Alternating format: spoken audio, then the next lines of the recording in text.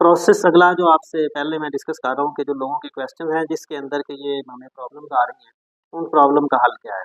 Number one तो मैं दोबारा से आप स्क्रीन पे भी मैं शेयर कर रहा हूँ कि आपने इसका प्रोसेस कैसे फॉलो करना है। सबसे पहले आपके मोबाइल के ऊपर अल्फा ऐप का होना जरूरी है। आपका अल्फा ऐप बनी हो, यानी ज़ाहिर है वो तब बनेगी जब आपका बैंक ऑफ में अकाउंट है। अल्फा लॉगिन आप ऐप करेंगे। जब आप लॉगिन करेंगे तो उसमें आप जाएंगे मोर की ऑप्शन पे। मोर का एक आपको नज़र आ रही होगी एप्लीकेशन, जब उस पर आप टैप करेंगे उसके आगे आपको एक ऑप्शन नज़र आएगी कार्ड्स की। आपने कार्ड्स पे क्लिक कर देना है। जब आप कार्ड्स पे क्लिक करेंगे तो आगे आपके पास जो इंटरफेस आएगा उसके अंदर आपको नज़र आएगा apply for credit card. Apply for card भी आ सकता है। अगर आप अप्लाई फॉर कार्ड्स करेंगे तो उसके आगे ऑप्शन आएगी कि इंस्टेंट क्रेडिट कार्ड। आपने इंस्टेंट क्रेडिट कार्ड पे जाके क्लिक कर देना है। अच्छा, यहाँ पे आके प्रॉब्लम शुरू होती है। कुछ दोस्तों के ऊपर आ रहा होगा कि इनएलिजिबल का मैसेज आ जाएगा, आप ये अप्लाई ही नहीं कर सकते। अच्छा, कुछ लोगों के लिए तो ये ओपन हो जाएगा। वो एक सर्टन क्राइटेरिया का भी आपको पता होना चाहिए कि वो क्राइटेरिया वो भी मैं आपको बताता हूँ। जिनकी वो डिटेल ओपन हो जाएगी, वो जैसे ही डिटेल पुट करेंगे तो विद इन फ्यू मिनट्स के अंदर उनको ये अप्रूव का मैसेज डिलीवर हो जाएगा। और अप्रूव्ड होगा तो विद इन 2-3 डेज आपका कार्ड आपको डिलीवर हो जाएगा। ये तो हो गया ना, मतलब स्ट्रीमलाइन में जिनका प्रोसेस हो गया। अब कुछ लोग डाटा पुट कर देते हैं, सारा कुछ सबमिट भी हो जाता है, लेकिन अप्रूव का भी मैसेज नहीं आता, कार्ड भी डिलीवर नहीं होता। तो उसके लिए ये 2-3 चीज़ें हैं जो आपने ज़हन में रखनी है। एक तो ये चीज़ आपने ज़हन में रखनी है कि आपका बैंक अल्फला के साथ कम से कम 1 साल से अकाउंट होना चाहिए और वो एक्टिव अकाउंट होना चाहिए। अगर आपका अकाउंट है, चाहे वो पुराना है लेकिन वो एक्टिव नहीं है, इनएक्टिव अकाउंट है, तो आपका ये इनएलिजिबल का मैसेज आ जाएगा। अगर आपका अकाउंट एक्टिव है और 1 साल से वो चल रहा है तो आपका जो है ये आगे प्रोसेस में चला जाएगा। हाँ, एक कंडीशन और है कि लास्ट 6 मंथ्स हैं उनके अंदर आपका एवरेज बैलेंस 50,000 रुपया मिनिमम मेंटेन होना चाहिए।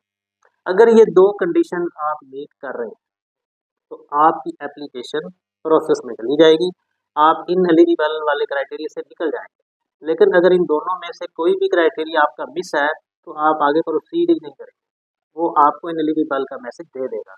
अगर ये 2 कंडीशन मीट हो गई तो आपके लिए आगे डिटेल खुल जाएंगी। वो केवाईसी होगा, उसमें आपने डाटा पुट करना है, कुछ रेफरेंस की डिटेल होगी, आपकी जो लायबिलिटीज हैं ऑलरेडी रेल की में आपने वो आपने उसके अंदर देना है डाटा। तो ये डिटेल जब आप पुट कर देंगे, अब अगला सवाल ये है कि ये पुट करने के बाद अप्रूव का मैसेज क्यों नहीं आता। वो एक थर्ड कंडीशन है। वो जब आप उसके अंदर डिटेल पुट करेंगे, बाज़ दफ़ा होता यह है कि हम उस डिटेल को हाइड करने की कोशिश करते हैं। फॉर एग्जांपल आपने कोई और कार्ड लिया हुआ है, आपने कोई लोन अवेल किया हुआ है, वो लोग उसके अंदर डिस्क्लोज नहीं करते।